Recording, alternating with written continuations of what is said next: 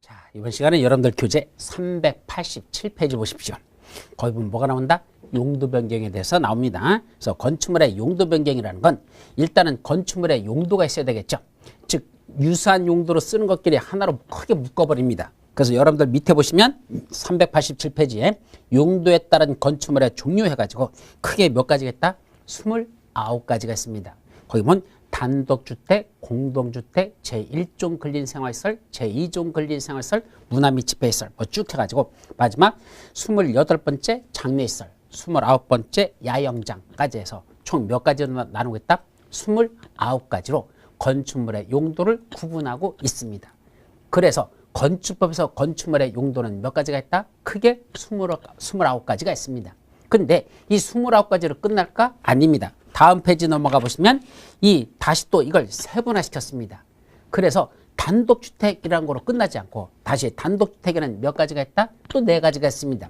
단독주택, 다중주택, 다가구주택, 공간 해서 단독주택에는 4가지가 나눠지고 공동주택에도 그냥 끝나지 않고 아파트, 연립주택, 다세주택, 기숙사 해가지고 또 4수로 나눠집니다. 이와 같이 1종 근린생활시설도 가나다라 마바사 아차 또 나눠지고 2종 근린생활시설 또 나눠지고 그 다음 페이지 문화 및 집회시설, 뭐 종교시설, 판매시설, 운수시설, 의료시설 등등 전부 다 또 세분화되고 있습니다. 이와 같이 건축물의 종류는 크게 29가지로 나눠 놓고 다시 29가지를 뭐했다? 세분화시키고 있다라 이런 뜻입니다. 그럼 이걸 다 외워야 될까? 무슨 재주로 합니까? 이게 한두 장도 아니고 388페이지부터 시작해가지고 쭉 넘어서 394페이지까지 이렇게 세분화되는데 다 외운다는 건 불가능하죠. 실무할 때는 뭐죠? 찾아보십시오. 그때그때 이거 들여다보면서 또 자주 개정되니까 또 개정된 법령을 찾아서 건축법에 있는 이걸 표를 다시 보셔야 됩니다. 자, 어쨌든 그 중에 단독주택에는 몇 가지가 있다고? 4가지가 있습니다. 단독주택, 다중주택, 다가구주택, 공간 해서 단다다공 이렇게 되죠. 그래서 단독주택에는 4가지. 단독주택에는 단다다공, 단다다공, 단다다공 그래서 단다다공 이렇게 4가지가 있다. 자, 그 중에 단독주택이라는 게 협의의 단독주택입니다. 3층 이하로서 짓는 일반적인 단독주택 이게 협의의 단독주택이고 다중주택이라는 건 학생 또는 직장인이란 사람들이 장기간 거주할 수 있는 구조로 만들어 놓고 그때 독립된 취사 형태는 안 됩니다. 즉 각 방마다 독립된 취사 활동은 안 됩니다. 공동 취사만 할 수 있도록 돼 있고 이때 다만 각 실별로 욕실은 따로 돼도 됩니다. 그러니까 잠자면서 씻을 수 있는 공간까지는 만들어 주자는 얘기입니다. 그러니까 화장실하고 씻는 공간, 욕실은 됩니다. 근데 뭘 안 된다? 취사는 안 됩니다. 개별 취사는 안 되고 공동 취사 활동만 할 수 있습니다. 그때 한 개동의 주택으로 쓰는 바닥 면적의 합계는 330제부터 이해되고 330이라는 건 100평이야. 100평이 열어야 되고 그때 주택으로 쓰는 층수는 3계층 이하만 짓도록 됐습니다. 이런 걸 다중주택이라 하자. 옛날에 신림동에 있던 고시원 이런 개념들이 대부분이 다중주택입니다. 그 다음에 다가구주택이라고 되어 있죠. 그래서 다가구라는 건 좀 이따가 설명하고 공관이라는 개념이 납니다. 이 공간은 대법원장 공간, 국무총리 공간, 대통령이 있는 청와대 이것도 대통령 공간입니다. 이걸 청와대도 대통령 공간입니다. 그 단독주택의 개념에 들어간다는 거. 그래서 청와대도요 3층 이하로 짓습니다. 단독주택은 3층을 초과해서 질 수가 없습니다. 그래서 청와대도 3층 이하로 되어 있습니다. 근데 청와대는요 한 개층의 개념이 일반적인 건축물의 2개층 높이가 되는 것입니다. 즉 한 개층의 층고가 보통은 건축법에서는 4m 이하로 한다 그랬죠. 아닙니다. 그런 데는 6m, 8m도 되고 대단히 높습니다. 국회도 그렇습니다. 국회에 가면 한 개층의 층 높이가 대단히 높게 됐습니다. 보통 어떤 집단이 그랬죠?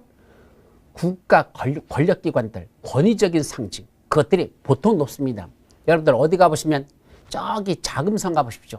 자금성 안에 들어가 보면 우리나라 경복궁도 마찬가지지만 임금 있는 데 가보면 기둥이 엄청나게 높아집니다. 한 개층인데 까마득하게 높게 만들어놨죠. 그게 바로 권위주기를 상징하는 겁니다. 즉 사람이란 존재가 그런 대단히 높은 건축물 속에 들어가면 자기가 뭐하죠? 초라하게 느껴집니다. 내라는 인간의 하여튼 인간성에 대해서 내 인간이란 존재에 대해서 뭐한다? 별거 아니구나 라는 걸 느끼게 만들죠. 그래서 인간을 그 심리를 우축시켜버립니다. 어떤 거에 대형 건축물 속에서는 사람이 우축됩니다. 그래서 옛날부터 뭘 짓죠? 건물 같은 것도 크게 짓고 무슨 석상 같은 거 만드는 것도 되게 크게 만드는 게 바로 인간들을 그 밑에서 굴복하게 만들려고 하는 그런 심리적 요소가 들어있는 거랍니다. 그래서 사람들이 이런 큰 건축 같은 데 들어가면 자기가 초라해져서 이렇게 위축되는 이런 심리적 현상을 발생시킨다. 그래야 거기 앉아있는 사람이 뭐죠? 위대해 보이는 겁니다. 그런 건물에 앉아있는 사람이 위대해 보이죠. 그래서 자금성이라든지 경복궁이라든지 이런 걸 크게 만드는 이유가 그런 것들이죠. 그래서 그런 데는 높이가 상당히 높습니다. 일반적으로 그게 한 개층의 높이가 까마득하게 올라간다. 그런 것들이 바로 공관 같은 데서 많이 설치되죠. 자, 그 다음에 두 번째 공동주택이라는 개념이 나오는데 바로 그 공동주택의 개념은 정리하자는 얘기입니다. 몇 가지가 있죠? 네 가지. 아파트, 연립주택, 다세주택, 기숙사, 아연다기. 아까 단독주택은 단다다공, 단다다공 있었죠. 이거는 공동주택은 아연다기 네 가지를 공동주택을 합니다. 아파트, 연립주택, 다세주택, 기숙사. 자, 그중에 아파트가 대해서는 주택으로 쓰는 층수가 5개층 이상인 걸 그걸 아파트랍니다. 여기 5층과 5개층을 구분하라 그랬죠. 5층은 뭐죠? 건축물 전체 층수를 말할 때는 층이란 말을 쓰고 어떠한 특정한 용도로 쓰는 층만은 개층이란 말을 씁니다. 다시 말하면 주택으로 쓰는 걸 5개층으로 썼고 밑에 상가로 쓰는 걸 2개층으로 썼다. 그럼 층수는 7층짜리 건축물인데 2개층은 상가고 5개층은 주택이다. 그래서 전체는 몇 층이다? 7층짜리 건축물이다. 이렇게 표현합니다. 이때 주택으로 쓰는 층수가 5개층 이상의 주택. 요거를 뭐라고 부른다? 우리 아파트라고 부릅니다. 그래서 아파트는 규모를 따지지 않아. 층수만 따집니다. 주택으로 쓰는 층수가 5개층 이상이 된다. 그럼 무조건 아파트다. 이렇게 정리하시면 됩니다. 반면에 연립주택은 주택으로 쓰는 한 개 동의 바다면적의 합계가 여기 한 개 동의 바다면적의 합계니까 요거 1개층, 이게 한 개 동이죠? 전체죠? 그게 1층의 바다면적, 2층 바다면적, 3층 바다면적, 4층 바다면적. 요 바다면적의 합계가 얼마 된다? 660제곱미터를 초과하고. 여기서 660이라는 건 200평을 말합니다. 100평이 330제곱미터니까 200평이면 660제곱미터죠. 그 200평을 초과한다. 660제곱미터를 초과하고 층수는 이건 주택으로 쓰는 층수를 말합니다. 이때 층수란 주택으로 쓰는 층수가. 따라서 주택으로 쓰지 않는 상가도 일부 있을 수 있어요. 이렇게. 이거 일부 밑에 상가 있잖아. 그래서 주택으로 쓰지 않는 상가도 있지만 주택으로 쓰는 것만은 한 개, 둘, 셋, 네 개, 4개층 이하일 것. 그래서 주택으로 쓰는 층수는 하나, 둘, 셋, 넷, 4개층 이하고 밑에는 상가로 써도 관계없습니다. 따라서 5층짜리 건축물인데 주택으로 쓰는 건 4개층, 상가로 쓰는 건 1개층 이런 뜻이죠. 자, 그러면 이거 뭐가 된다? 이것도 연립주택입니다. 그래서 연립주택의 핵심은 주택으로 쓰는 한 개 동의 바다면적계는 660제곱미터를 초과하고 주택으로 쓰는 층수는 4개층 이하로만 한다면 이거는 연립주택이 됩니다.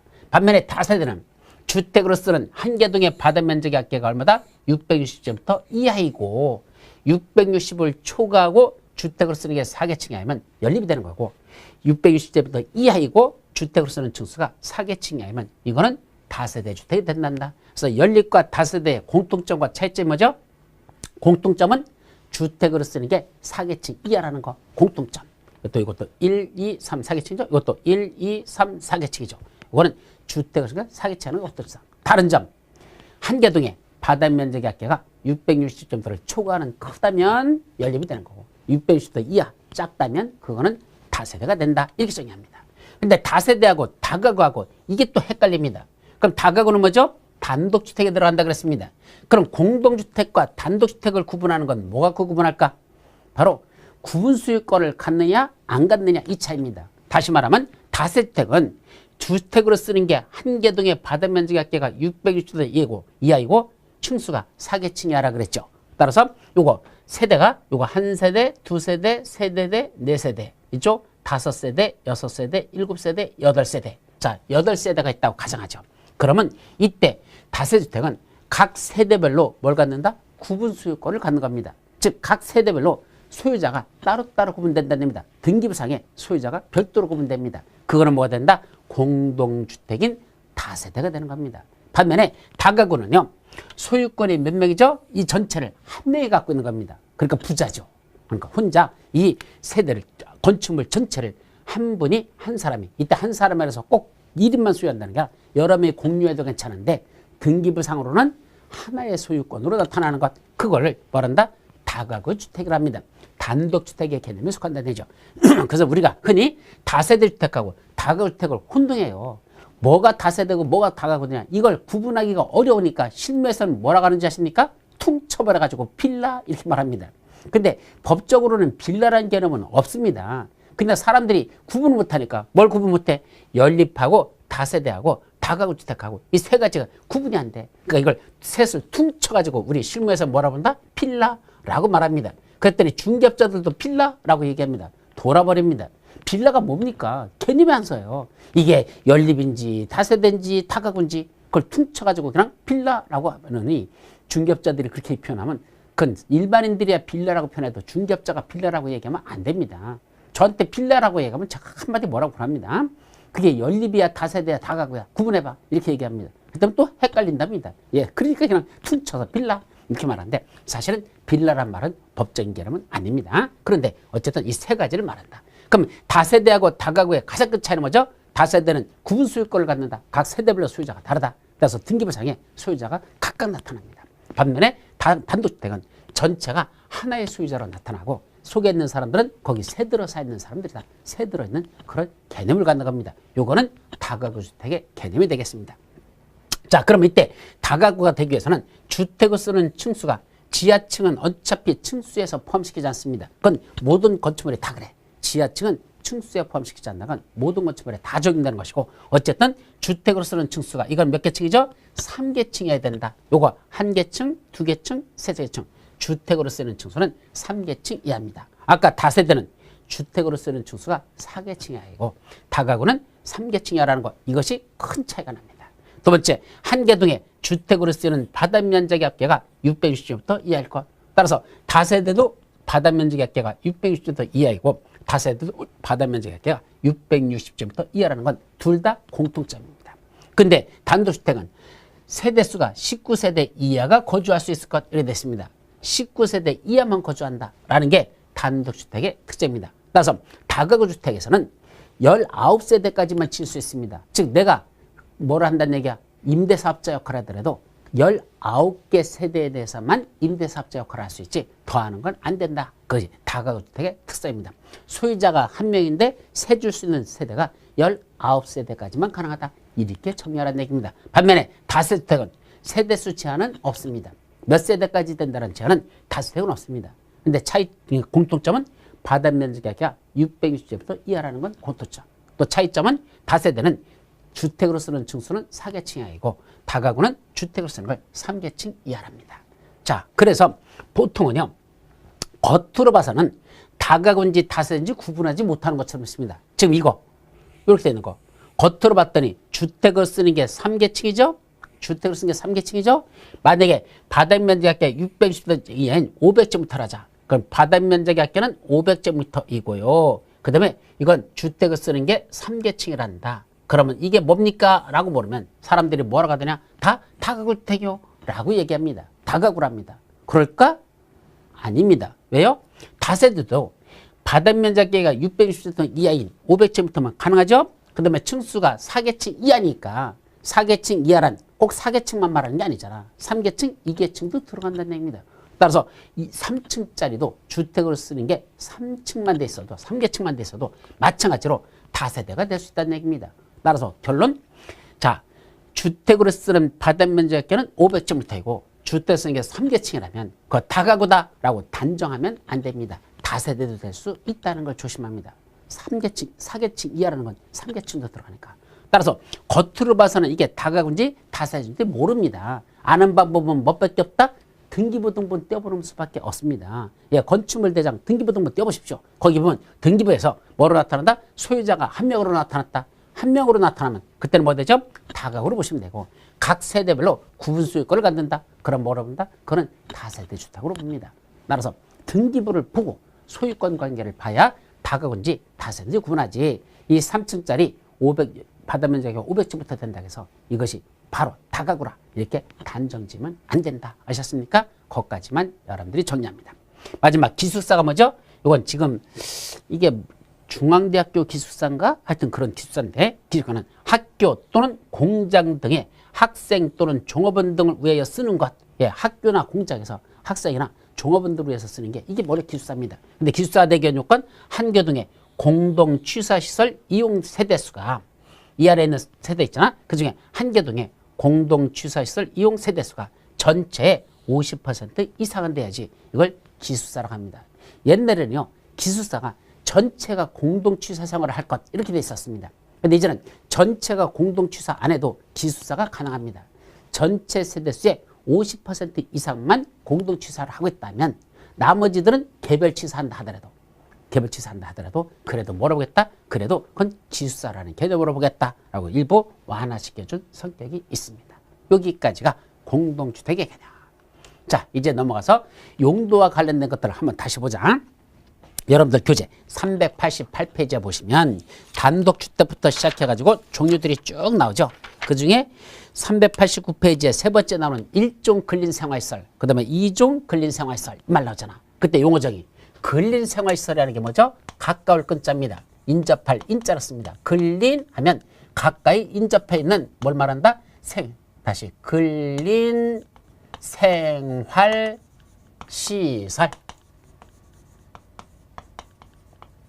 이렇게 표현하는데 가까울 근자, 인접할 인자, 생활하는데 시설, 맞죠? 즉 인간이 생활하는데 가까이 인접해 있어야 되는 시설, 이걸 근린생활시설 이렇게 표현합니다. 즉 우리가 살아가는데 옆에 가까이 있어야 되는 것들, 즉 급하면 바로 찾아갈 수 있는 것들, 그런 것들은 무슨 생활이다? 근린생활시설입니다. 근데 이게 뭐로 나눠진다? 제1종 근린생활시설과 제2종 근린생활시설로 나눠집니다.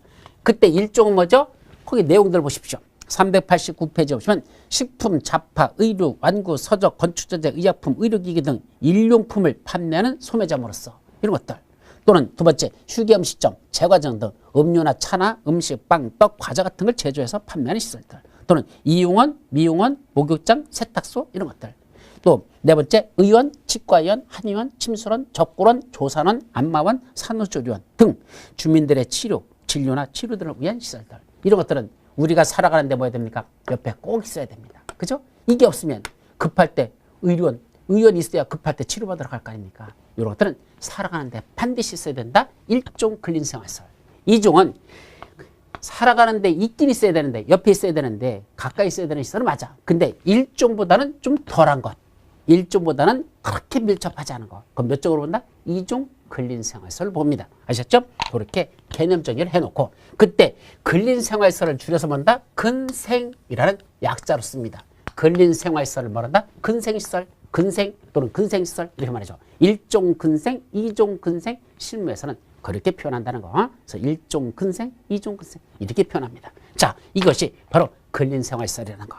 자, 그 밖에 쭉 이제 문화 및 집회시설, 종교시설, 판매시설, 운수시설 쭉 나가죠. 그래서 어디까지? 394페이지가 보면 장례시설이 나오고 야영시설이 납니다. 장례시설에서 작년에 일부 바뀐 게 있어요. 27번부터 보자. 관광휴게시설. 그래서 관광휴게시설은 뭐죠? 야외음악당, 야외극장, 어린이회관, 관망탑, 그다음에 휴게소 등등 이런 것들은 관광휴게시설입니다.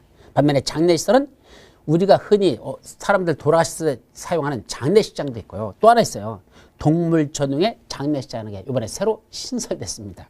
그래서 장례시설이 일인간들이 쓰는 장례식장이 있고 동물들을 갖다가 장례하는 장례시설이랑 장례식장이라는 게 새로 만들어졌다. 합쳐서 장례시설이란 용어로 합쳐졌습니다. 종래는 그냥 장례식장이라고 썼는데 이제는 장례시설 해놓고 두 가지 다 인간용 장례식장, 그다음에 동물용 장례식장, 반려견이라고 하죠. 그런 반려동물들의 장례식장도 새로 하나 만들어졌습니다. 그리고 26번에 보면 묘지 관련 시설이 있는데 거기도 화장시설, 사람들이 돌아가실 때 화장하는 시설 있죠? 그거 있고 봉안당, 옛날에 납골당이라고 부르던 것들이 지금은 봉안당이라는 용어로 씁니다.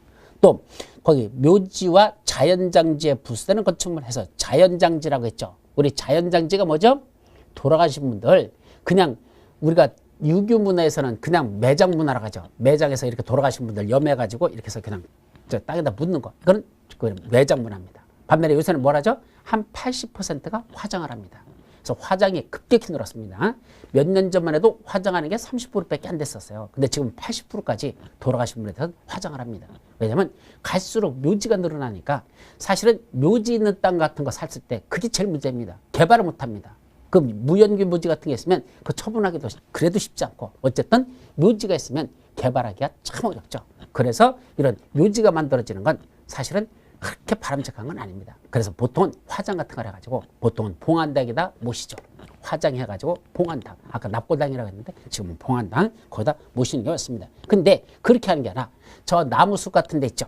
그 밑에다가 나무 밑에다가 이렇게 하는 거, 그래서 수목장 이런 것들은 흔히 뭐죠? 자연장치라고 표현합니다. 그래서 그것들 다 합쳐서 수목장 같은 것들 하는 거, 그건 자연장치라고 합니다. 자, 그런 것들 또 동물 화장시설, 동물 건주장 시설 및 동물 전용의 납골시설이라는 게 묘지 관련시설의 네 번째 게 새로 추가된 겁니다. 종전에는 동물들에 관련된 화장시설은 없었습니다. 근데 이번에 새로 그런 동물들과 관련된 묘지 관련시설도 새로 만들었다라고 정리하시면 되겠습니다. 자, 이런 식으로 총 몇 가지가 있다? 29가지가 있는데 이 29가지를 다시 뭐로 놨다? 시설군과 용도군이라고 다시 분류를 합니다. 29가지 있었죠? 그걸 뭐로 놨다? 시설군과 용도군이라는 거로 다시 나눴습니다. 그래서 시설군이라는 건 뭐 하는 거냐? 건축물의 그 위험도에 따라서, 이 종류에 따라서 위험도가 있습니다. 즉, 위험한 건축물일수록 건축물이 사용하는 게 위험한 용도일수록 상위군에다 배치하고 위쪽에다 배치하고 위험도가 낮을수록 밑에 쪽에다 배치합니다. 그걸 뭐라 본다? 시설군 해놓고 9가지로 나눠집니다. 그래서 9가지 머리점만 딸까요? 자산, 전문, 영교, 근주, 이렇게 표현합니다. 자산, 전문, 영교, 근주구라고 하죠. 그리고 자동차 관련 시설군, 산업 등의 시설군 부터 해가지고 그 밖의 시설군까지 몇 가지로 나눴다? 1, 2, 3, 4, 5, 6, 7, 8, 9, 이 9가지로 크게 건축물의 용도를 분류해놓고 이건 뭐 갖고 나눴다 그랬죠? 위험도. 위험이 높으면 높을수록 어디다 배치한다? 상위 시설군에다 배치합니다. 위쪽으로 배치하는 건 상위 시설군이라고 그래. 상위, 위에 있는 시설군으로 올라갔다. 그럴수록 위험도가 높은 것이고 밑으로 내려갈수록 하위 시설군으로 내려갈수록 위험도가 높아진다, 낮아진다, 낮아지는 거죠. 근데 이건 위험도가 높다, 낮다는 건 상대적인 거야. 자동차 관련 시설군하고 산업 등의 시설군을 따지면 자동차 관련 시설이 더 높죠. 산업 등의 시설군이 더 밑에니까 그게 낮다, 이렇게 합니다. 그래서 상대적인 거야. 밑에 쪽에 있는 것들은 위험도가 낮고 위에 쪽으로 올라갈수록 위험도가 높다. 이렇게 해서 서로 상대적이라는 걸 기억합니다. 자, 이렇게 크게 몇 가지로 나눴다? 이 위험도에 따라서 시설군을 9가지로 나누었고 좀 전에 봤던 29가지 용도 있었죠? 그 29가지 용도를 여기다가 다시 배치했습니다. 그걸 암기해야 된다. 참 머리 돌아보죠. 그래서 어떻게 외운다? 외우는 방법. 저기 지금 우리 써놨죠? 핵심 정리 몇 번에 들어있습니까? 핵심 정리 12번에 시설군 및 용도군 해가지고 이걸 다시 나눠놨습니다. 그래서 자동차 관련 시설군에는 여러분들 교재 보시면 395페이지 들어있어. 근데 외우는 방법은 순서를 바꿔버렸습니다. 저렇게 외우라는 얘기입니다. 자동차 관련 시설군에는 뭐밖에 없다? 자동차 관련 시설 하나밖에 없습니다. 자동차에 어디? 자동차에 뭘 실었죠? 산업 등의 시설군은 7가지가 있습니다. 근데 7가지 순서를 바꿔서 자동차에 뭘 실었다? 위험물과 자원순환 관련 시설을 싣고 멀리 갔다 공장 안에 창고로 돌진하면 장례 치르고 묘지갈 운수이다. 이렇게 해서 7가지를 어떻게 한다? 위험물과 자원순환 관련 시설을 싣고 공장 안에 창고로 돌진하면 장례 치르고 묘지갈 운수이다. 그래서 여기다가 자동차에 뭘 실었어요? 위험물과 자연순환 관련 시설을 실었다. 그리고 공장 안에는 창고로 그 자동차가 돌진해 버렸어. 그래서 창고에 딱 부딪히니까 뭐였죠? 뻥 터져버리면서 왜 위험물을 실었으니까 폭발해 버렸죠. 그래서 장례 치르고 그 사람 묘지갈 운수이다. 이렇게 합니다. 이걸 한국형 자살폭탄 테러라 이렇게 말합니다. 한국형 자살폭탄 테러는 중동형하고 좀 다릅니다. 중동형은 자동차에 폭탄만 싣습니다. 위험물만 싣고 달려갑니다. 그래서 뻥 터져가지고 죽지만 우리나라는 위험물만 싣는 게 아니라 자원순환 관련 시설도 싣습니다. 여기 자원순환 관련 시설이 무엇이더냐? 여러분들 교재 보시면 393페이지 맨 밑에 나옵니다. 그러면 하수 등 처리 시설, 고물상, 폐기물 재활용 시설, 폐기물 처분 시설, 폐기물 감량화 시설 이런 것들을 뭐라 부른다? 자원순환 관련 시설입니다. 옛날에는 분유 및 쓰레기 처리 시설 이렇게 명칭을 붙였었어. 분유 및 쓰레기 처리 시설.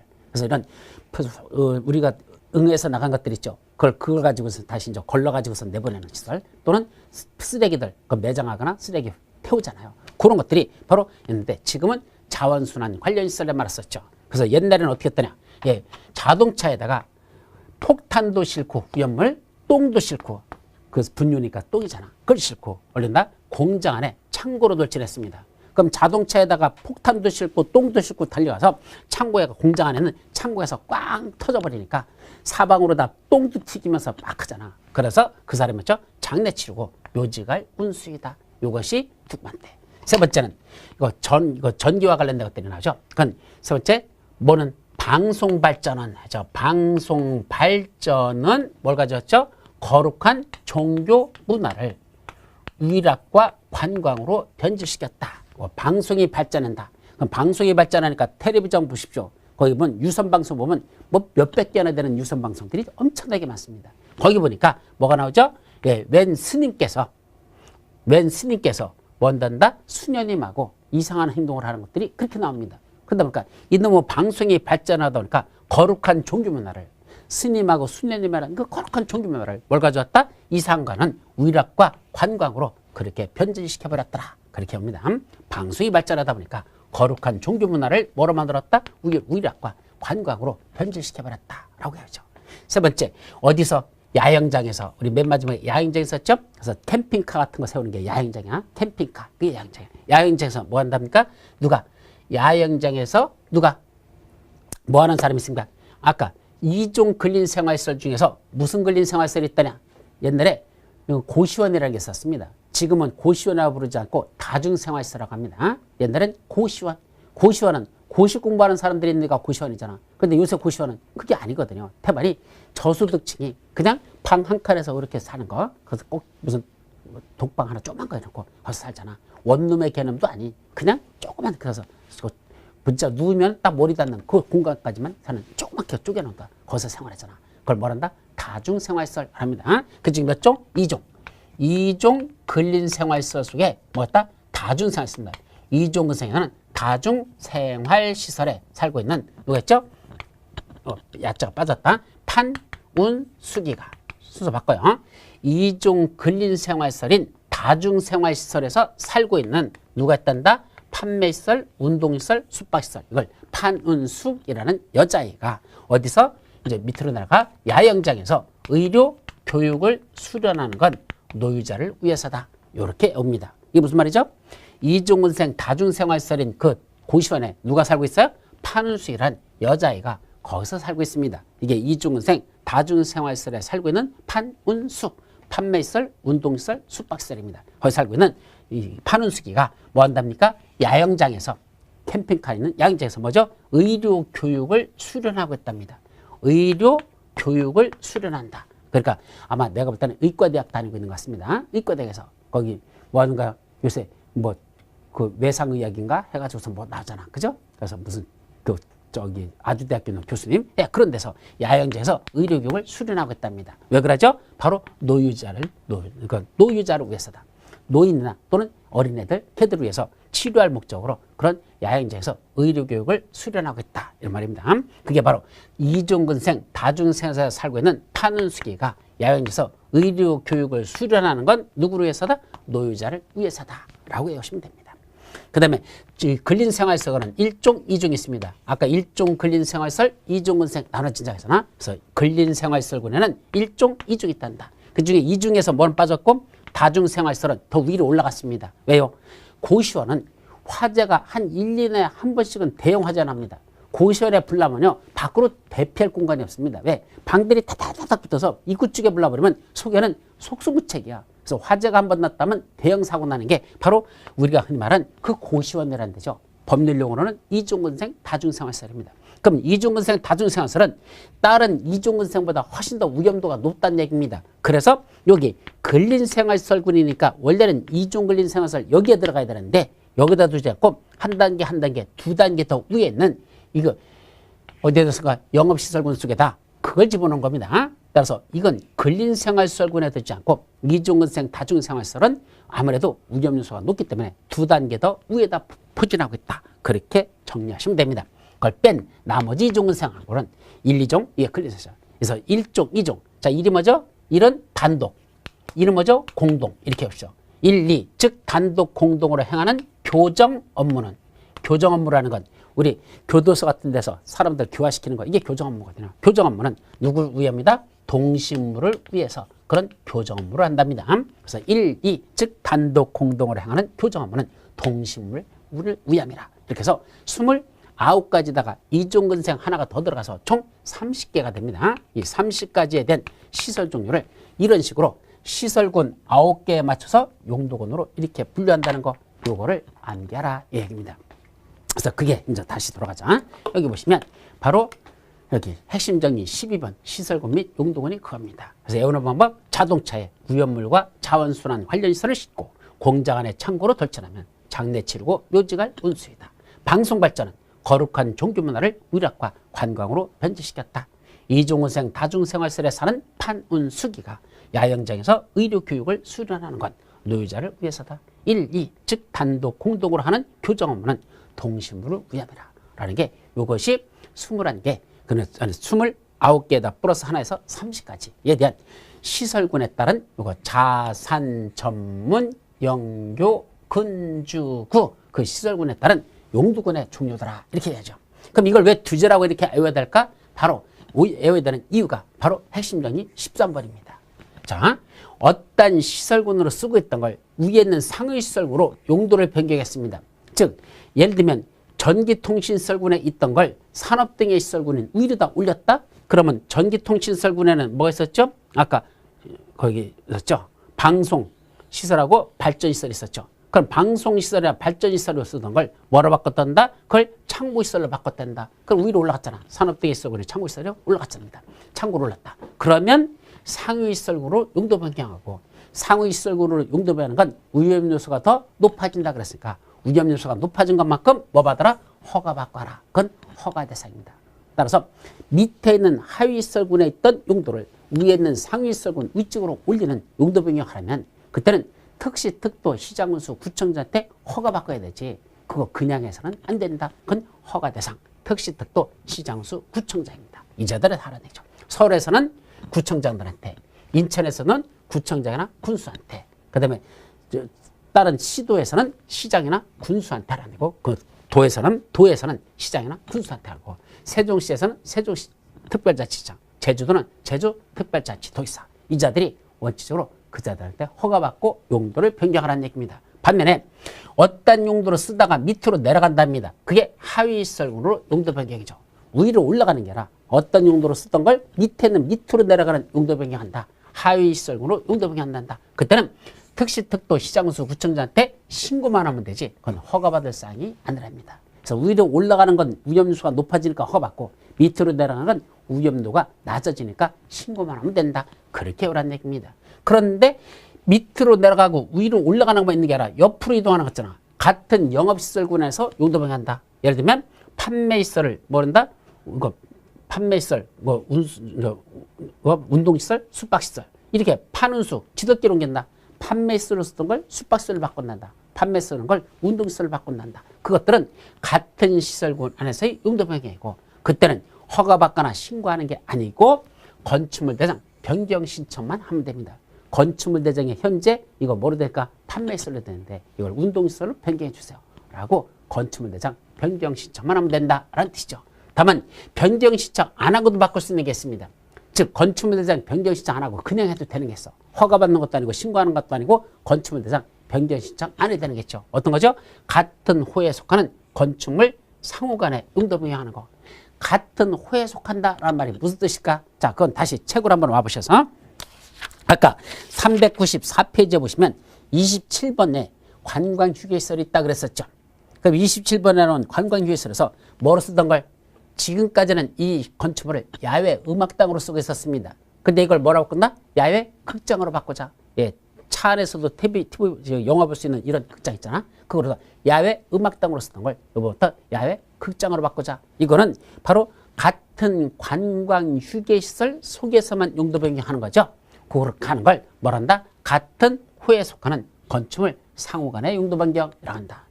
시설 속에는 1, 2, 3, 4, 1, 2, 3, 4 이렇게 나누는 그 속에서 지들끼리만 바꾸는 거. 그거를 같은 호에 속하는 건축물 상호간의 용도 변경이 나가고 이거는 건축물 대상 변경 신청한다 안 한다? 안 해도 됩니다. 그냥 해도 된다. 또 하나 1종 근린생활설과 제2종 근린생활설 상호간의 용도 변경.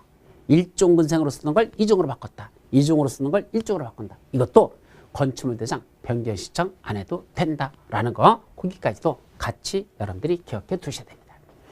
자, 그 다음에 이제 용도 변경 시 준용 규정이란 말이 나는데 이건 뭐냐면 자, 어떤 건축물을 쓰고 있던 용도로 쓰던 걸 상위소용으로 용도 변경하는 건 허가 대상, 밑으로 내려가는 하위소용 용도 변경은 신고 사항이죠. 그때 용도 변경하라는 부분에 바닥 면적이 아까 100제곱미터 이상 된답니다. 즉 허가 대상 용도 변경 또는 신고 대상 용도 변경인데 허가 대상 또는 신고 대상 용도 변경인데 그 용도 변경하는 바닥 면적의 합계가 얼마나 된다? 100제곱미터 이상 된다면 그때는 용도 변경 다 끝내놓고 그래놓고 뭐 받아란다? 건축물 사용 승인을 받으랍니다. 그러니까 건축물 다 졌으면 제대로 졌는지 받는 게 사용 승인이겠죠? 그것도 용도 변경 끝내놓고 사용 승인을 받아라 라는 뜻입니다. 반면에 용도 변경하라는 부분에 바닥 면적이 500제곱미터 이상 되는 허가 대상 용도 변경만 이거는 신고 대상은 안 들어가요. 이 신고 대상은 안 들어가고 올라가는 허가 대상인 용도 변경으로서 용도 변경하는 바닥 면적이 이제 100이 아니라 500 이상 된다면 그때부터는 뭐가 필요하단다? 건축물 설계하는 걸 건축물 설계에 관한 규정을 준용한다. 바로 건축사가 설계하는 내용이거든요. 거기 있는 걸 적용합니다. 그러니까 규모가 허가 대상인 용도 변경인데 규모가 500제곱미터 이상 된다. 그때는 함부로 하지 말고 건축물 설계에 관한 규정을 준용한다. 건축사한테 설계를 맡겨야지 아무나 함부로 설계해서는 안 된다. 그런 내용들을 적용하자 이런 뜻입니다. 아셨죠? 그래서 여기 자 허신 허가받거나 신고하는데 100제곱미터 이상이면 뭐 받아라? 사용 승인을 받아라 이 말이고 허가 대상 건축물로서 500제곱미터 이상 되면 그건 설계에 관한 규정을 준용한다. 그렇게 해서 헌신발은 100년간 사용한 것이고 허가 대상 건축물은 500년간 설계해야 된다. 뭐 이런 식으로 해서 허가 신고상으로서 100제곱미터 이상인 건 사용 승인을 받아야 되고 허가 대상으로서 500제곱미터 이상 되면 건축물 설계에 관한 규정을 준용한다. 그렇게만 여러분들이 암기해 두시면 됩니다. 자, 이제는 뭐로 들어갈까? 건축물 건축으로 들어간다. 그래서 이제 여러분들 거기까지만 외우시고 넘어갑니다. 몇 페이지죠? 401페이지 기본서에 보시면 뭐가 나옵니까?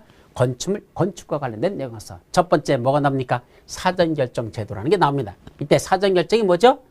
건축 허가를 여기다 이 대자리에다 어떤 건축물을 지려고 하는데 이런 건축물이 건축하는 게 허용되는지 여부에 대해서 다 지을 수 있느냐 못 짓느냐 이거 모르겠다는 얘기입니다. 그때는 허용 여부에 대해서 건축 허가를 신청하기 전에 뭐부터 한다? 건축이 허용되는지에 대해서 미리 허가권자한테 결정을 신청할 수 있는 거.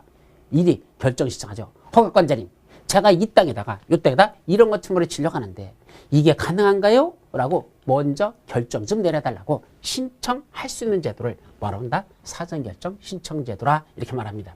따라서 허가대상 건축물들만 사전결정 신청을 받습니다.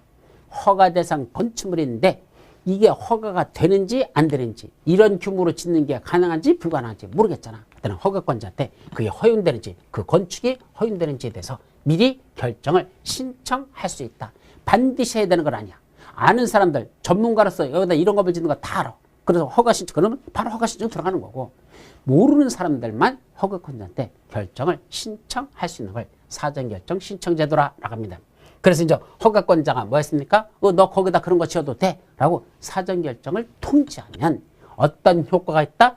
4가지 받은 사전결정의 효과 통지받으면 4가지가 있습니다. 뭐뭐 있죠? 첫째, 농지 전용 허가받은 거로 본다. 하천 전용 허가받은 거로 본다. 산지 전용 허가받은 거로 본다. 개발행위 허가받은 거로 본다. 4가지야. 산지, 개발, 농지, 하천인데 산지 전용 허가받은 거로 본다. 따라서 산자락을 까무개고 거기다 건물을 지어야 돼. 그때 산자락을 까먹으려면 산지 전용 허가를 따로 받아야 되는데 안 받아도 사전결정을 통지받는 순간 산지 전용 허가 받은 거로 보자.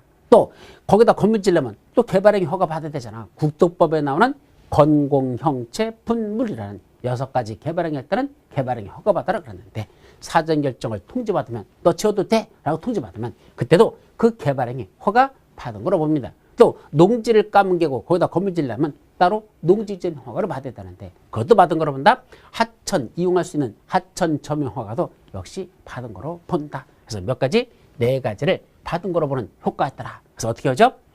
이거 산지를 개발하여 농지로 만들려면 하천이 있어야 된다. 이렇게 하십시오. 산지를 까뭉개고 개발하여 뭘 만든다? 농지를 만든대. 그럼 산지를 까뭉개서 농지를 만들려면 뭐가 있어야 돼? 농사 지으려면 물이 있어야 될 거 아니야. 그러니까 하천이 있어야 된다. 그렇게 하라는 얘기입니다. 그러면 이 네 가지는 받은 거로 봅니다. 자, 그래서 사전결정을 통지받았으면 줘도 된다 그랬잖아. 그럼 건축허가 신청이 들어와야 질 거 아니야. 사전결정을 통지받았으면 그로부터 2년 이내에 뭐 해야 된다? 건축허가를 신청하여야 안 합니다. 해야 됩니다. 안 하면 어떻게 될까? 사전결정의 효력은 상실됩니다. 즉 아까 이거 네 가지 받은 거로 본다. 이게 사전결정의 효력이잖아. 이것이 이제는 받은 거로 본다가 사라져버립니다. 아셨죠? 따라서 사전결정을 통지받으면 네 가지 받은 거로 보는데 그럼 사전결정을 통지받은 날로부터 2년 이내에 뭐 해야 된다? 건축허가를 신청해야 됩니다. 여기서 첫 문제가 이번에 사용승인을 신청해야 된다가 그렇게 돼서 틀려버렸죠. 건축허가 신청이죠. 이제 건물 지어야 되니까 그때는 사전결정을 통지받았으면 2년 내에 건축허가를 신청해야 된다라는 게 첫 문제 작년에 출제됐던 내용입니다. 자, 안 하면 2년 내에 건축허가 신청하지 않으면 사전결정의 효력은 자동 상실돼 버립니다. 자동으로 이런 효과가 없어지죠. 자, 그러면 여기서 산지를 개발하여 농지로 만들려면 하천이 있어야 된다. 이게 사전결정의 효과에 관한 내용이고 또 여기 사전결정을 통지받으면 2년 내 건축허가 신청하라 그랬죠? 요 건축허가 신청 이게 시험 문제 나왔었어. 2년 내. 그러면 뭘 그죠? 애고 늙어서 사전 찾는데 2년이나 걸렸다.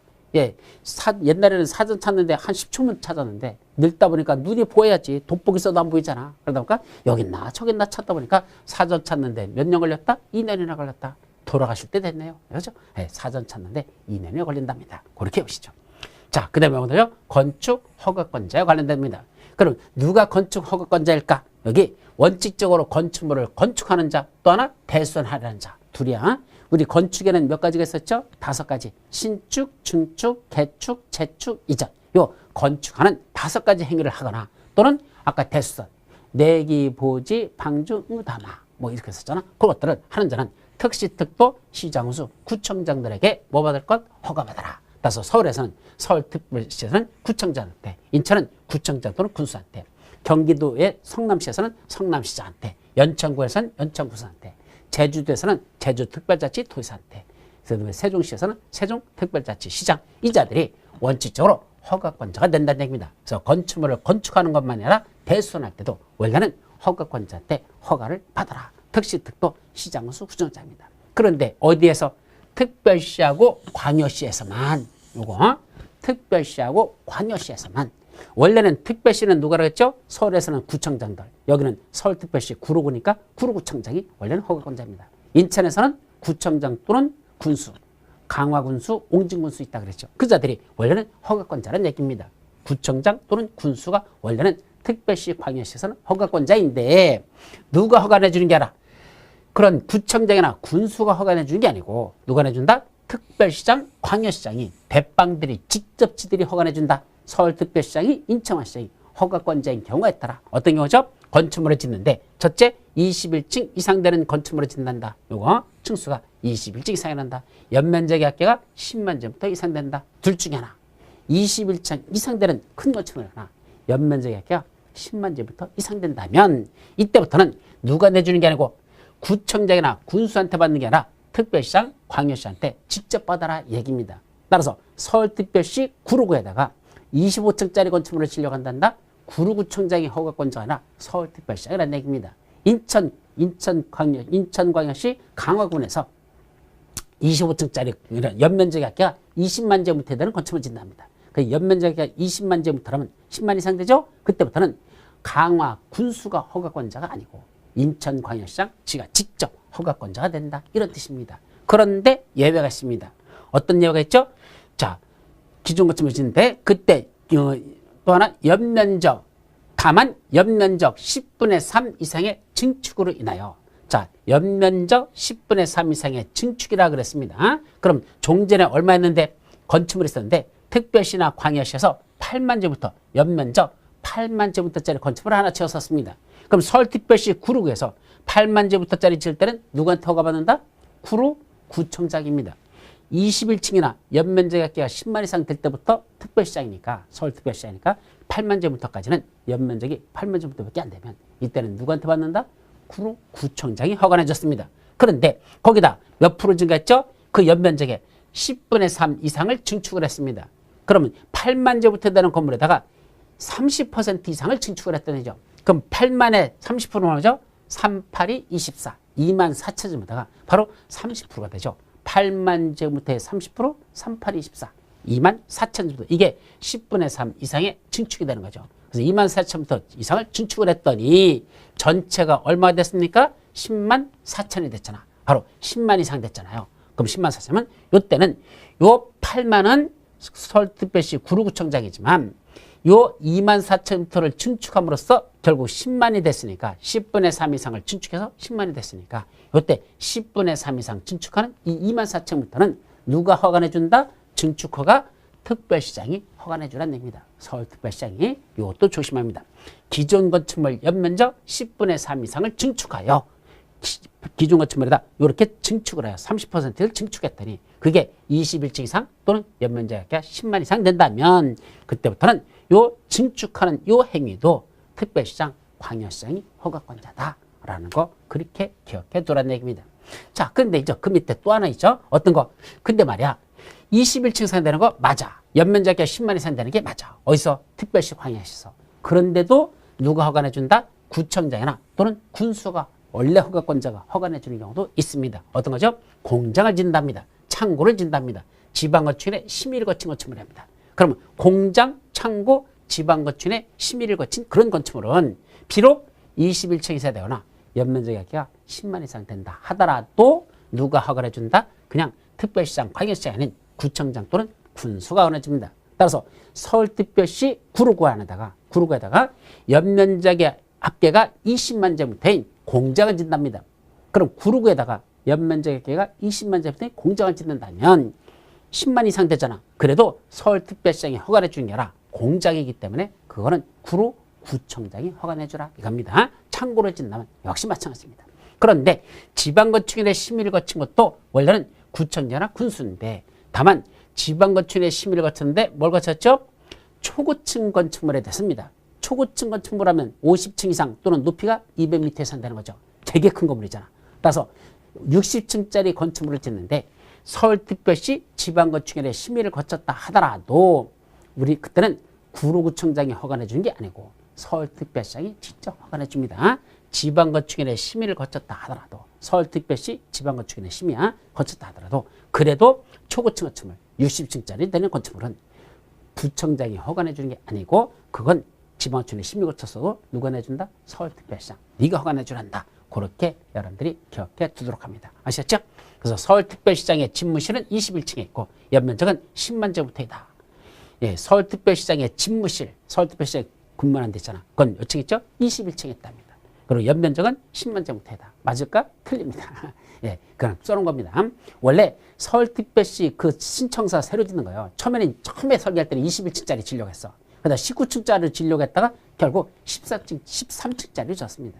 처음에는 21층이 맞았었어. 그러다가 19, 그 다음에 13으로 떨어졌죠. 왜?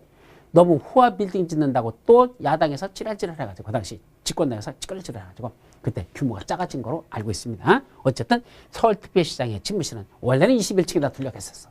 규모도 10만 제곱미터 무지하게 큽니다. 거기 들어가면 아방궁입니다. 그렇게 표현하죠. 그죠? 근데 전번에 그래서 또 공개합을 했잖아. 그랬더니 제일 많은 게 뭐죠? 책들이 제일 많답니다. 그래서 박원순 시장 거기 들어가면 정말로 책들이 많습니다. 공부 열심히 하는 건 맞는 것 같아. 어쨌든 그래서 연면적은 10만 제곱미터 이상이다. 21층에 있고 연면적이 10만 제곱미터. 이게 특별시장 이렇게 정해져. 그래서 특별시장, 광역시장이 허가해 주는 건 21층 이상, 연면적이 10만 이상이다. 그럴 거고. 그다음에 사창가 양성화를 위한 사창가 양성화 뭐죠? 저기 빨간 불빛 아래 앉아 있는 아가씨들이 있는 데 있잖아. 그래서 오빠 잠시 와서 쉬었다가 그런 데가 있어. 바로 그런 데가 사창가입니다. 그럼 그런 사창가를 뭐하자? 양성화 시키지. 사실은 아직은 양성화 안 시키고 있습니다. 양성화 뭐죠? 세금 내고 일하라는 얘기입니다.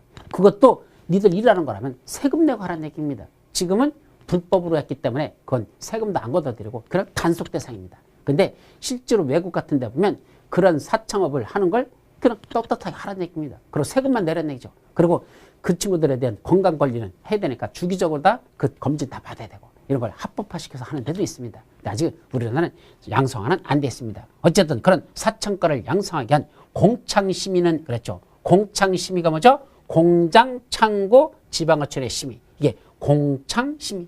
그래서 공창제도라는 건 그런 사천가를 갖다가 공창제도라는 게 뭐죠? 바로 지금 말했듯이 합법화시켜가지고 공공연하게 공적으로 그걸 창렬하는 걸 인정하다 이런 뜻이에요. 그게 공창제도라는 게 있는 겁니다. 그건 국가에서 인정하는 그런 사창제도를 말합니다. 그래서 그런 공창심의는 누가 한다? 영등포 구청장입니다. 그 영등포역 뒤에 가보면 이런 사창가가 있다고요. 그걸 공창으로 하기 위한 심의를 한다면 그건 누가 심의한다? 영등포 구청장이 하지. 그거는 서울특별시장이 하는 게 아닙니다. 공장이나 창고로 또 지방어촌의 심의요청은 건 서울특별시장이 하는 게 아니라 구청장이 영등포 구청장이 한다. 구로청장이 한다. 이 소리입니다. 그렇게 정리하시죠. 자, 이제 넘어가셔가지고 도지사에게 사전 승인 받는 게 있습니다. 이게 무슨 말이죠? 원래는 시군에서만이야. 요거는 서울특별시가 아니고 경기도 성남시 또는 경기도 연천군 이런 시 또는 군을 얘기합니다. 그럼 시군에서는 원래는 누구한테 허가받아야죠? 시장군수가 허가권자라는 걸 먼저 정의합니다. 시 또는 군에서는 도지사가 허가권자인 경우는 없다는 걸 조심하시죠. 시장군수만 허가권자입니다. 그러면 건축주가 건축물을 건축하려고 시장군수한테 허가시청이 들어왔습니다. 성남시장한테 연천군수한테 허가시청이 들어왔습니다. 그런데 그 시장군수가 허가 내주기 전에 누굴 찾아간다? 도지사한테 찾아가서 먼저 승인을 받아야지만 허가 내주는 그런 건축물도 있습니다. 어디서만 적용된다? 시 또는 군에서 누가 허가 내주는 게 아니고 시장 군수가 허가 내줄 때 도지사한테 가서 먼저 승인을 받아랍니다. 몇 가지가 있죠? 세 가지가 있다. 이렇게 외웁니다. 세 가지가 뭘까? 첫째는 자 어떤 거 서울특별시에서 특별시장, 광역시장이 허가 내주는 것들 서울특별시에서 특별시장, 인천에서 광역시장이 허가 내주던 허가 대상 건축물들 아까 뭐죠? 21층 세대는 거 또는 연면적이 10만 이상 되는 것 중에서 특별시장 관시장 허가 내주는 거 있었죠? 그 건축물을 어디다 짓는다? 성남시에다 짓는다. 또는 연천군에다 짓는답니다. 예를 들면 25층짜리 빌딩을 하나 짓는답니다. 그럼 25층짜리 빌딩을 짓는데 어디다 짓는다? 성남시에다 짓는데. 그럼 누가 허가 내준다? 성남시장이 허가 내주는데 허가 내주기 전에 경기도 도지사한테 가서 승인을 먼저 받을 것. 그것이 첫 번째 내용입니다. 자, 두 번째는 도지사가 지정 공고한 구역 안에서 뭐를 위해서? 자연환경 또는 수질을 보호하기 위해서 중요한 거야. 자연환경 또는 수질 보호라는 걸 목적으로 도지사가 지정 공고한 구역 안에서 무슨 건축물을 짓는다? 3층 이상 되는 건축물 또는 연면적의 합계가 1000제곱미터 이상 되는 건축물 3층 이상 되거나 규모가 연면적의 합계가 1000제곱미터 이상 되는 건축물인데 무슨 용도로 쓴답니까? 공동주택, 일반 음식점, 일반 업무시설, 숙박시설, 의료시설 이런 용도로 쓴답니다. 그때는 누가? 시장군수가 허가하기 전에 도지사한테 먼저 승인을 받을 것. 자, 그러면 여기 어디죠? 만약에 연천군이라고 그러죠. 그럼 연천군에서 자연환경이나 수질 보호를 하기 위해서 도지사가 지정 공고한 구역 안에서 뭘 지려고 한단다?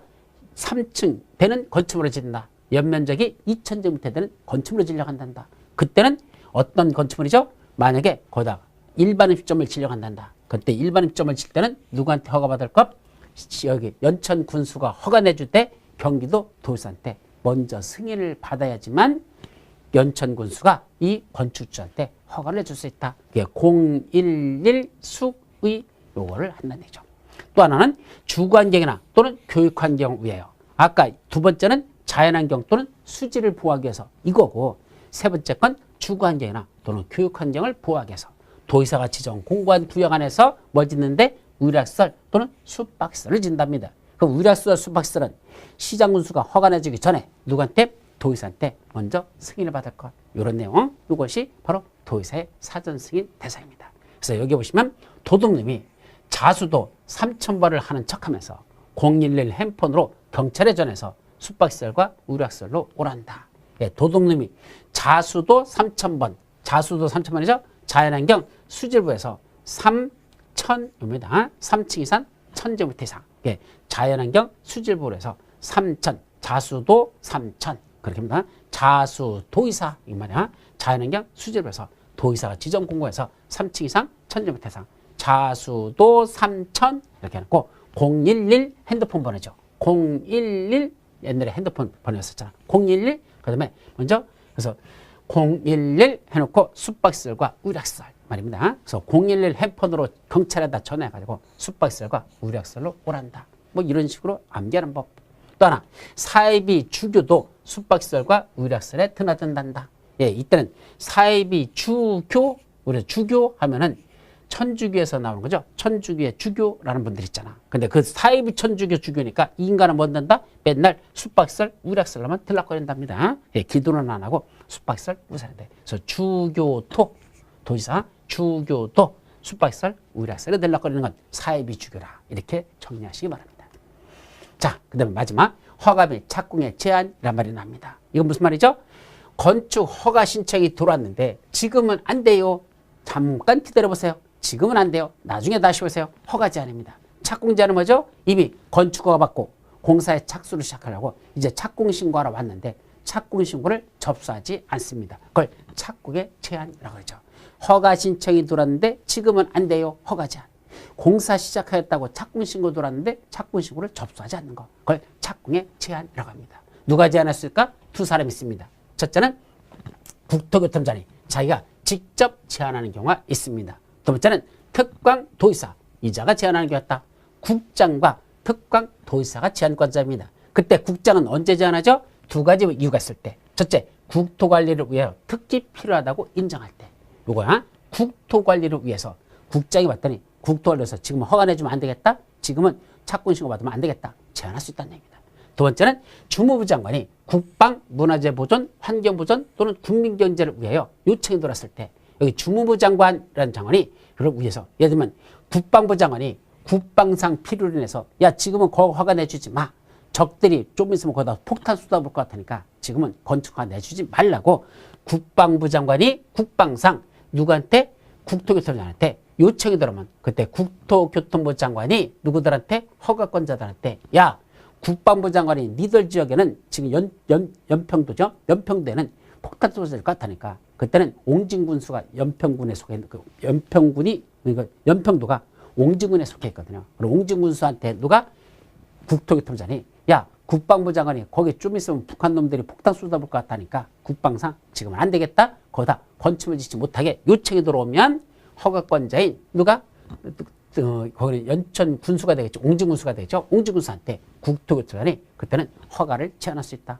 국토교통부장이 야 당분간 니들 지역에서는 옹진군에서는 허가 내주지 마. 연평도에서는 아직 허가 내주지 말라고 그렇게 옹진군수한테 허가를 제한할 수 있다. 또 지금은 공사 시작하지 마라고 착공을 제한할 수 있다. 허가도 제한할 수 있고 또는 착공도 제한할 수 있다. 그러니까 국장이 허가권자들한테 하는 겁니다. 원래 허가권자가 누구죠? 특시특도 시장수청장. 다만 서울하고 인천에서는 특별시장, 광역시장이 직접 허가권자가 되는 경우 있었죠? 바로 그 허가권자들한테 이걸 당분간 이거 건물 짓지 허가 내주지 마라고 국장이 제한할 수 있다 이 말입니다. 자 반면에 누구도 특광도지사도 제한할 수 있었죠. 특광도지사 밑에 있는 자가 누구죠? 시장군수청장들. 특별시장 밑에 구청장, 광역시장 밑에 구청장 군수, 도지사 밑에 시장군수. 합치면 시장군수 구청장이죠. 바로 얘들 허가권자들한테 특광도지사가 허가를 제한할 수 있습니다. 어떤 경우에만? 이거는 지역계획 또는 도시군 계획상 특히 필요하다고 인정할 때만. 지역계획, 도시군 계획입니다. 아까 여기는 국토관리에서 필요할 때, 주무부 장관들의 요청이 있을 때, 여기는 지역계획, 도시계획상 특히 필요하다고 인정할 때만 그때는 특광도지사가 허가권자들한테 야 당분간 허가 내주지 마라고 허가나 착공을 제한할 수 있습니다. 근데 이 밑에는 특광도지사는 그 제한한 내용이 있죠. 허가권자들에 제한해놓고 다시 위에 있는 국장한테 뭐 해야 된다? 보고해야 된다는 거. 특광도지사는 제한한 내용을 국토교통부에 보고해야 됩니다. 근데 그 보고하던 국토교통부장은 그 누가 제한한 내용이 특광도지사가 허가권자들한테 제한한 그 내용이 너무 지나치다고 인정된다. 너무 심하게 제한했다는 얘기입니다. 그때는 해제를 명할 수 있다. 예, 국토교통부장이 누구한테? 서울특별시장한테 야 서울특별시장 네가 구청장들 거 제한한 게 너무 심하게 제한했거든. 그러니까 그거 해제라 라고 명할 수 있다라는 거 거기까지도 기억합니다. 자 이때 제한하는 기간은 몇 년일까? 원칙은 2년 이내에서 제한합니다. 그래서 2년 이내에서 2년을 제한하든 1년을 제한하든 그렇게 제한할 수 있는데 다만 1회에 하나요. 한 번만 1년 이내에서 연장 제한할 수 있습니다. 그래서 2년 제한해놓고 플러스 1년 더 제한하는 거 가능하다. 최장 3년까지 제한하는 것도 가능하다라는 뜻입니다. 아셨죠? 이것도 대단히 시험 문제 잘 나는 것들이니까 다 기억하도록 합니다. 자, 그 다음에 밑에 허가의 필수적 취소라는 말이 나오죠. 이건 무슨 말이죠? 허가를 이런 경우에는 반드시 취소하라 이런 얘기입니다. 첫째는 어떤 날이죠? 허가를 받은 날로부터 몇 년 내? 2년 이내 공사에 착수하지 아니하더라. 예, 건축 허가 받아놓고 2년 내 공사에 착수하지 아니합니다. 그러면 반드시 그 허가를 뭐 된다? 취소하여야 한다. 요거 1년이었던 걸 몇 년으로 늘렸다? 2년으로 늘렸어요. 그래서 허가 받아놓고 2년 내 공사에 착수하지 않는다. 근데 반드시 허가를 취소해야 합니다. 다만 공장이 있죠. 공장은 허가받았다고 해서 바로 착수할 수 있는 게 아니야. 여러 가지 그 부대 시설 같은 게 필요하다 보니까 조금 더 시간이 더 오래 갑니다. 그래서 몇 년? 3년 이내 공사에 착수하지 않으면 그들은 허가를 취소해야 한다. 그래서 원칙은 2년 내 공사에 착수해야 되는데 공장은 3년 이내에 착수하면 된다. 안 하면 허가를 취소할 수 있다나 반드시 허가를 취소하여야 한다. 라는 걸 조심합니다. 다만 정당한 사유였다고 인정되면 1년은 뭐 할 수 있죠? 연장할 수는 있습니다. 따라서 2년 내 공사에 착수해야 되는데 정당한 사유였으면 3년. 공장 같은 건 3년 내 공사에 착수해야 되는데 정당한 사유였으면 1년 연장해서 4년 내만 공사에 착수하면 된다. 안 하면 허가를 취소해야 된다. 그래서 이거 외우는 거. 자, 허가받고 이착륙 공장 3 1년장. 이 말. 허가받고 이착륙. 이 허가 받았으면 2년 내 공사에 착수할 것. 허가받고 2년 내 공사에 착수할 것. 이 허가받고 이착륙. 2년 내 착수한다. 이착. 2년 내 착수한다. 허가 받았으면 2년 내 착수하라. 이착륙. 그 다음에 공장은 몇 년? 공장은 3년입니다. 그래서 공장 3. 공장은 3년. 공장 3. 해놓고 그 다음에 정당한 사유였으면 1년을 연장할 수 있겠죠? 1년장. 이렇게 합니다. 허가받고 이착륙 공장 3 1년장. 허가받고 이착륙 공장 3 1년장. 이렇게 하십니다. 그래서 이것도 뭐 이거 그렇죠. 허가받고 공장 3, 허가받고 이착륙 공장 3 1년장. 뭐 이런 식으로 외우시라 됩니다. 허가받고 이착륙 공장 3 1년장. 숫자 시험 문제 아주 잘 나온 것 됩니다. 외우셔야 되고. 두 번째. 이 2년, 3년 또는 플러스 1년 연장한 기간 내에 뭐였다? 공사는 착수는 하였으나 공사 완료가 뭐다? 불가능하다고 인정된다. 예, 이 기간 내에 2년, 3년 또는 연장한 1년 내에 공사에 착수는 했어. 근데 공사 완료가 불가능하다고 인정되면 그때도 반드시 허가를 취소하여야 합니다. 자, 세 번째는 착공 신고하기 전에, 여기 착공 신고가 이때 들어간다 치자. 그 전에 뭐였죠? 경매나 또는 공매 등으로 건축주가 대지의 소유권을 상실했습니다. 무슨 말이죠? 허가는 받아놨다는 얘기야. 건축허가는 받아놓고 공사에 착수하기 전에 공경매에 넘어가가지고 소유자가 바뀌었습니다. 다른 사람이 경매를 낙찰받았다는 얘기야. 그런데 문제는 그 허가받은 사람은 전 소유주고 새로 이번에 뭐 한 사람 있죠? 경매를 낙찰받은 사람은 새로 신소유주 있잖아. 근데 전 소유자가 건축허가 받아놓은 거 이걸 가지고 장난질 칩니다. 자기 허가받은 걸 새로운 사람한테 팔으려고 그래요.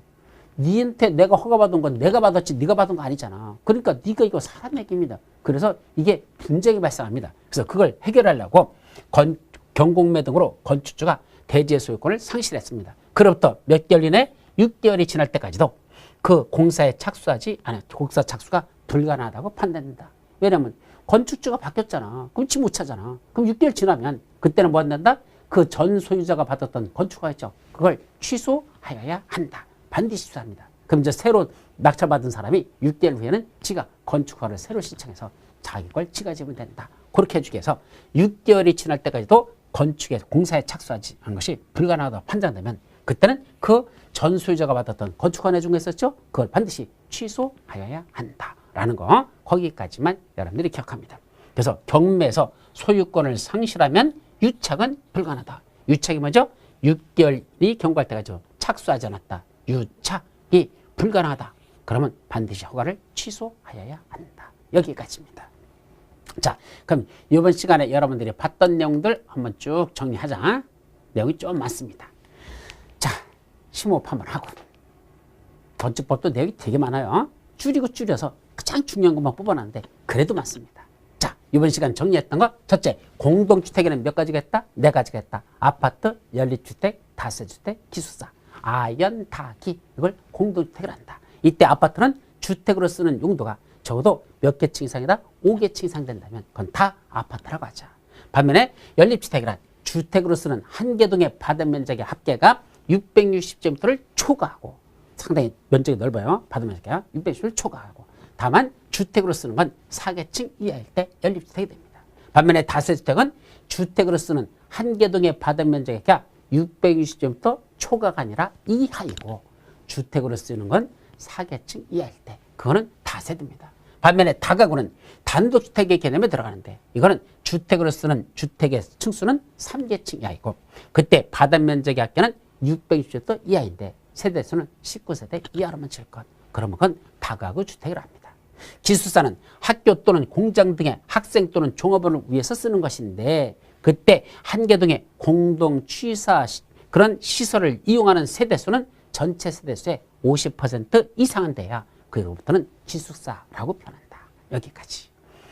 자, 그때 넘어가서 용도 변경에는 먼저 건축물의 용도 종류는 크게 몇 가지가 있다냐? 29가지가 있는데 그 29가지를 뭐였죠? 다시 9가지 크게 시설군으로 대분류를 했습니다. 그래서 시설군에는 뭐 있다? 자산 전문 영교 근주구. 외우는 방법. 자산 전문가인 영교가 근주구하였다. 예, 자산 전문가인 영교라는 사람이 뭐였다? 근주구하였다. 근주구가 뭐예요? 라고 물으면 나도 몰라. 예, 머리쯤만 써는 거니까. 그래서 자산 전문가인 영교가 근주구하였다. 자산 전문 영교 근주구라고 9가지 시설군을 만들어 놓고 그 9가지 시설군에 다시 뭘 집어넣었다? 30가지죠. 30가지 용도로 다시 거기다 집어넣었습니다. 그래서 어떻게 한다 그랬죠? 여기 자동차에 위험물과 자원순환 관련 시설을 싣고 공장 안에 창고로 돌진하면 장례 치르고 묘지갈 운수이다. 방송 발전은 거룩한 종교 문화를 의락과 관광으로 변질시켰다. 이종근생 다중생활시설에 살고 있는 판운수기가 야영장에서 의료 교육을 수련하는 건 노유자를 위해서다. 1, 2, 즉 단독 공동으로 행하는 교정 업무는 동심으로 무혐의라 라는 요 30가지 용도를 만들어 놓고 그때 어떤 용도로 쓰다가 위에 있는 용도로 변경을 했단다. 상위시설구로 용도를 변경하면 그때 상위시설구로 용도 변경하는 건 무슨 대상이다? 특시특도 시장운수한테 허가받아야 되는 허가 대상이 되고 어떤 용도로 쓰다가 밑에는 하위시설구로 용도를 변경한다. 밑으로 내려가는 용도 변경한다. 이거는 특시특도 시장운수한테 신고만 하면 되는 신고 대상이 되고 같은 시설군에서의 용도 변경을 한다. 이렇게 산업 등의 시설군에서 위험물 저장 및 처리시설과 공장하고 이렇게 서로 변경한다면 요거는 원칙적으로 건축물 대장 변경 신청만 하면 되는데 어떤 것끼리 한단다? 같은 호 안에서의 용도 변경. 여기 관광휴게시설에 보면 야외음악당, 야외극장, 어린이회관 이런 게 있었죠. 요거 지들끼리 여기서 이렇게 변경하는 건 그때는 건축물 대장 변경 신청 안 한다. 또 하나 1종근생을 2종으로 2종근생을 1종으로 이렇게 근린생활시설 1, 2종 간에 용도 변경하는 건 다시 건축물 대상 변경 신청을 할 필요가 없단다 라고 되어 있죠. 또 하나 이때 위로 올라가는 허가 대상이나 밑으로 내려가는 신고 대상인데 그 규모가 얼마나 된다? 그 부가 받은 면적이 100제곱미터 이상 된다면 용도 변경 다 끝내놓고 뭐 받을 것? 사용 승인에 관한 규정을 준용한다. 사용 승인 받을 것 하고 되어 있었죠. 또 하나 위로만 올라가는 허가 대상이야. 그때 허가 됐는데 그 면적이 500제곱미터 이상 된다면 그때는 건축물 설계에 관한 규정을 준용한다. 예, 건축사가 설계되는 그런 내용들이 있더라. 이것이 바로 요 용도 변경에서의 핵심적인 내용이 되겠습니다. 자, 사전결정이란 허가 대상 건축물에 대해서 건축 허가를 신청하기 전에 그 건축이 허용되는지에 대해서 허가권자한테 미리 결정을 신청할 수 있는 제도를 사전결정 신청제도로 한다. 사전결정을 신청해서 허가권자로부터 사전결정을 통지받으면 어떤 효과가 있다? 산지를 개발하여 농지로 만들려면 하천이 있어야 된다. 산지 전용 허가받은 거로 본다. 개발행위 허가받은 거로 본다. 농지 전용 허가받은 거로 본다. 하천 전용 허가받은 거로 보는 4가지 효과가 발생합니다. 그러면 사전결정을 통지받았으면 그로부터 몇 년 내? 2년 내에 다시 건축허가를 신청하여야 합니다. 안 하면 사전결정의 효력은 상실된다라는 걸 기억합니다. 자, 누가 허가권자죠? 원칙은 건축물을 건축하거나 개수원하려는 자는 건축물을 건축하거나 대수하는 자는 원래는 특시, 특도, 시장수, 구청장한테 허가를 받아야 되는데 특별시, 광역시 안에서 구청장이나 군수한테 받는 게 아니고 특별시장, 광역시장이 직접 허가해 주는 경우가 있더라. 어떤 경우죠? 첫째, 21층 이상 되는 건축물을 지을 때. 두 번째, 연면적이 아까 10만 제곱미터 이상 되는 건축물을 건축할 때. 그때는 특별시장, 광역시장한테 직접 허가를 받아야 됩니다. 다만 기존의 건축물이 8만 제곱미터짜리가 있었어. 그걸 연면적 10분의 3 이상을 준축했다. 8만 제곱미터의 30% 바로 2만 4천 제곱미터를 준축을 했더니 그게 얼마가 됐더라? 10만 4천이 됐죠. 즉 21층 이상 또는 연면적이 아니라 10만에 해당되는 이런 규모가 된다면 원래는 8만 제곱미터짜리였는데 2만 4천 제곱미터를 더 준축해서 10분의 3 이상을 준축해서 결국 10만 이상이 됐다면 그때 요 증축하는 행위 있죠? 요 증축하는 것도 누구한테 받는다? 특별시장, 광역시한테 허가를 받아야 합니다. 그런데 21층 이상 연면적이 아까 10만 이상 된다 하더라도 어디서? 특별시, 광역시에서 그게 무슨 건축물이랍니까? 공장이랍니다. 창고랍니다. 지방건축인의 심의를 거쳤답니다. 그때는 특별시에서는 구청장이 허가권자고 광역시에서는 구청장이나 군수가 권해줍니다. 다만 지방건축인의 심의를 거쳤다 하더라도 그게 무슨 건축물이 된다? 초고층 건축물. 바로 초고층 50층 이상 또는 높이가 200m 이상 되는 그런 큰 건축물은 비록 지방건축인의 심의를 거쳤다 하더라도 특별시장, 광역시장이 직접 허가권자가 된다. 자, 이제 도지사한테 먼저 승인을 받아야 되는 거겠죠. 다시 말하면 시나 또는 군에서 건축주가 시장군수한테 허가 신청이 들어왔는데 시장군수가 허가 내주기 전에 도지사한테 먼저 승인을 받고 허가 내주는 그런 경우가 있습니다. 어떤 경우죠? 첫째, 시 또는 군에다가 특별시장, 광역시장이 허가 내주던 건축물들, 즉 21층 이상 또는 연면적이 10만 원 한다는 걸 시 또는 군에다 짓는다면 시장 군수가 허가 내주되 도지사한테 승인을 받는 것이 필요하다. 두 번째는 자연환경 또는 수지를 보호하기 위해서 도지사가 지정 공고한 구역 안에서 3층 이상 되는 것 또는 연면적이 아까 1000제곱미터 이상 되는 건축물로서 011 숙의 용도로 쓴다면 그때 이런 건축물 짓기 위해서도 시장군수가 도지사한테 먼저 승인을 받아야 허가 내줄 수 있습니다. 세 번째로서는 주거환경 또는 교육환경을 위해서 도지사가 지정 공고한 구역 안에서 뭘 짓답니까? 우라시설, 숙박시설 짓는데 이것도 도지사한테 먼저 승인을 받아야 합니다. 자, 건축 허가 신청이 들어왔는데 국장이나 또는 특광도지사가 야, 지금은 허가권자들아 허가 내주지 마라 라고 허가를 제한하거나 착공하는 걸, 착공신고하는 걸 제한할 수 있는 걸 허가비 착공의 제한입니다. 그때 국장은 허가권자들 걸 제한하는데 어떻게 제한하죠? 첫째, 이유가 국토관리에서 특히 필요하다고 인정할 때. 두 번째, 주무부 장관들이 국방, 문화재 보전, 환경 보전 또는 국민경제를 위하여 필요하다고 인정하여 요청이 들어오면 그때 국장이 허가권자들한테 야, 당분간 너희들 허가 내주지 마 라고 허가를 제한하거나 착공신고 접수하지 마 라고 착공을 제한할 수 있습니다. 또 누구도 특광도지사도 자기 밑에 있는 허가권자 시장군수 구청장들한테 특광도지사가 지 밑에 있는 시장군수 구청장들한테 두 가지 사유, 지역계획상 필요할 때 도시군계획상 특히 필요하다고 인정할 때 그때는 특광도지사도 허가권자들한테 야, 당분간 우리 지역계획상 필요하니까 도시군계획상 필요하니까 허가 내주지 마라, 착공신고 접수하지 마라 라고 제한할 수 있다. 그때 특광도지사는 그 제한한 내용을 위에 있는 국장한테 보고해야 되고 그 보고받은 국장, 특광도지사가 제한한 내용이 너무 지나치다고 인정되면 그때는 그 특광도지사한테 보고 야, 특광도지사 너희들 그거 너무 제한한 게 심하니까 그거 해제하라 라고 해제를 명할 수 있어. 이때 제한하는 기간은 얼마죠? 원칙은 2년 내에서 제한하는데 이래 않아요. 1년 내에서 연장 제한할 수 있습니다. 허가의 필수적 취소, 허가받았으면 그로부터 2년 내에 원래는 공사에 착수하여야 합니다. 만약 허가받은 후부터 2년 내에 공사에 착수하지 않으면 그 허가를 취소해야 한다. 다만 공장은 3년 내 공사에 착수하면 된다 라고 되어 있죠. 그래서 원칙은 2년 내에 공사에 착수한다. 그래서 허가받고 이착료, 허가받았으면 2년 내에 착수해야 된다. 허가받고 이착료, 공장 3, 1년장. 그래서 원래는 공장은 3년인데 정당했으면 1년은 연장할 수 있다. 이것이 첫 번째 사유. 두 번째 사유. 자, 세 번째는 이거 경매나 또는 공매 등으로 건축주의 대지의 소유권을 상실했습니다. 언제?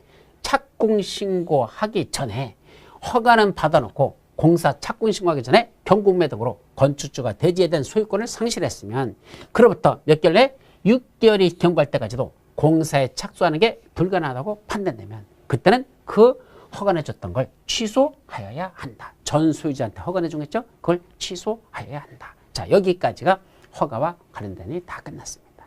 이제 마지막 다음 시간 건축 신고부터 살펴보도록 하죠. 첫 다음.